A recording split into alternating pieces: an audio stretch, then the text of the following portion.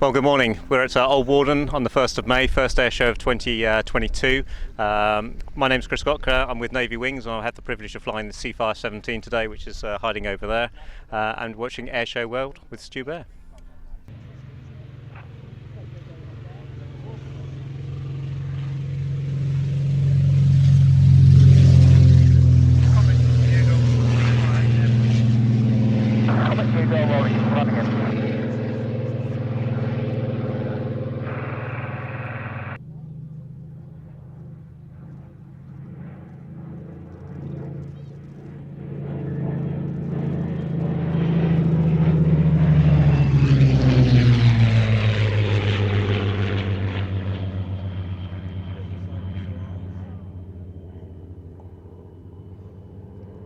What an utterly fabulous sound.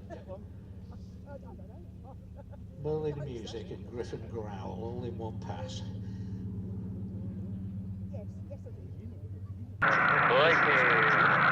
Go!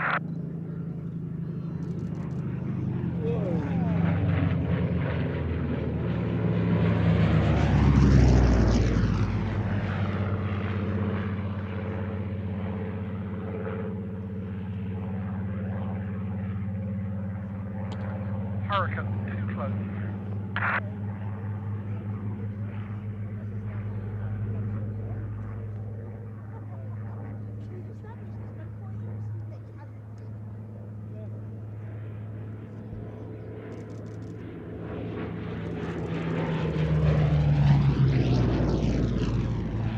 The Sea Hurricane, very much born of necessity, because early in World War II, the North Atlantic supply convoys to the well-being of Great Britain were at serious risk of W200 Condor. But the issue was that no Allied fighters were able to operate at sufficient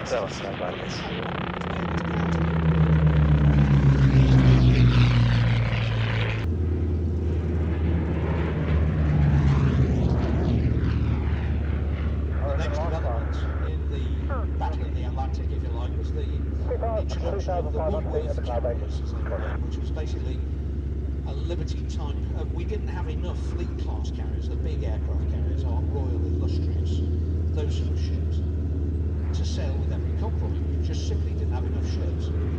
So they started taking a Liberty ship for 4 or 5 aircraft and put the Swordfish maybe for the submarine work.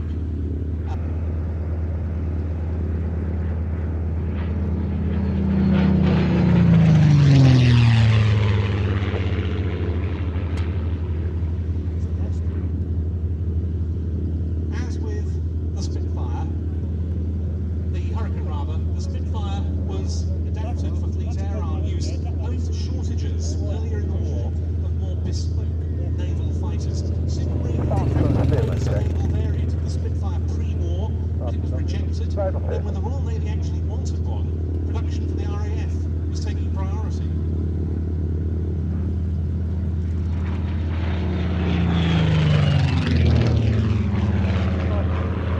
As a result, the first navalised Spitfires were standard Spitfire 5Bs that were modified by Air Service training in Hamble to become Seafire Mark 1Bs with arrestor gear. They were largely used for training.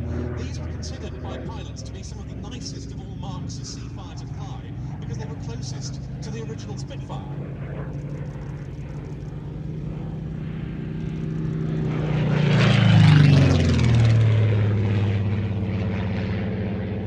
There followed the Seafire 2, which added catapult equipment and a seldom employed rocket-assisted takeoff pack, and they made their combat debut in Operation Torch, the Allied landings in North Africa, towards the end of 1942, and that saw the Seafire's first kill when an 807 squadron aircraft shot down a Dwatin D520 fighter of the German supporting region.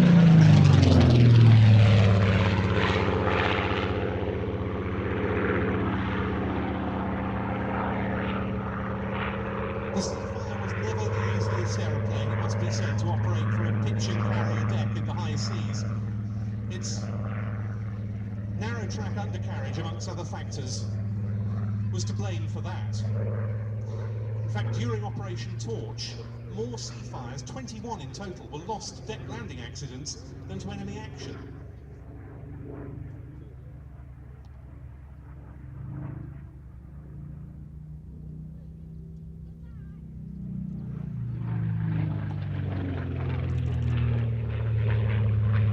Now, from what Ben was just saying, you can imagine by the time we get on to the bigger, heavier versions of the Seafire, Griffin powered, this one powered by Griffin 6, kicking out 1,850 horsepower. Now you've got a much bigger, heavier aircraft on the same narrow track undercarriage.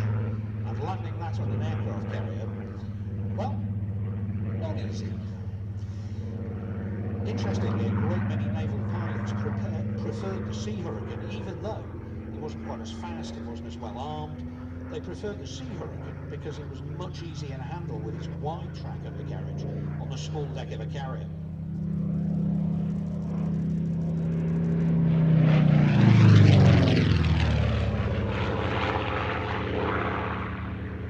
The late, great Captain Eric Brown had said of the Hurricane, it took to the maritime environment remarkably well.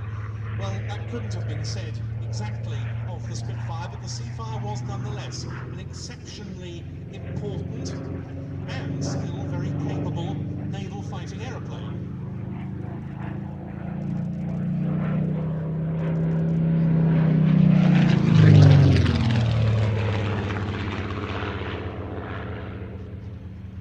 Interestingly, they didn't put folding wings on the Seafire until the Mark III for the Merlin-engined version. The Sea Hurricane had never had folding wings, which meant they had to be tied down in all weathers on deck.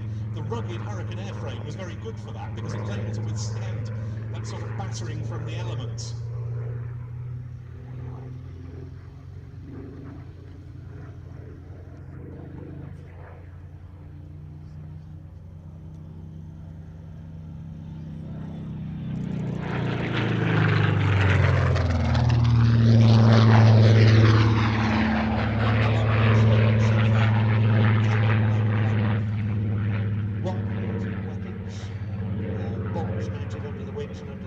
Fuselage, it could carry drop tanks, it could carry rockets, and this particular Mark IV 20mm Hispano-Suiza cannon. So, a very powerful punch for a small carrier-based fighter. And it was because of this that the Seafire was to go on to be produced right up until the Mark 47. It tries to go hard right. Unfortunately,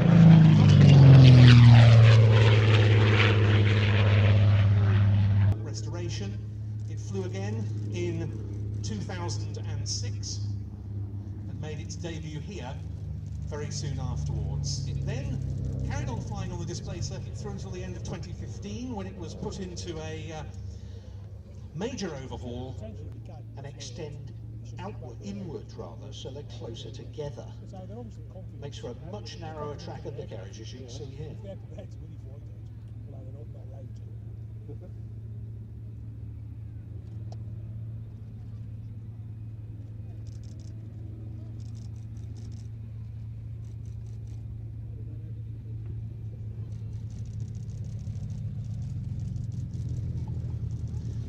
Lieutenant Commander Chris Götke at the controls of the Seafire 17, and before him we saw John Hurrell in the Sea Hurricane 1B.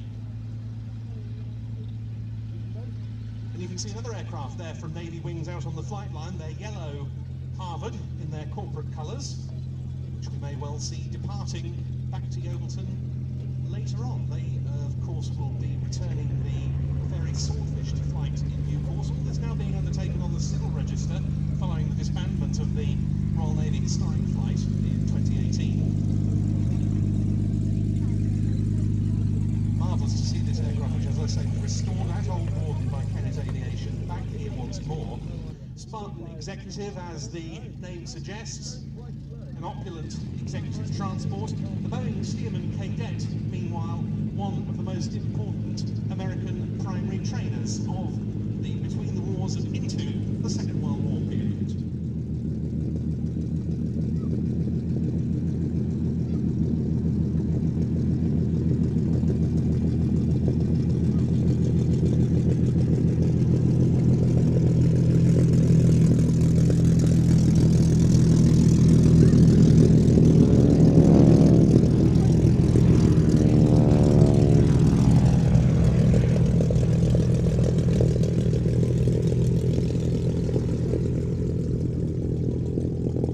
Spartan executive, of course, brainchild of the company founder of Spartan Aircraft, William G. Skelly.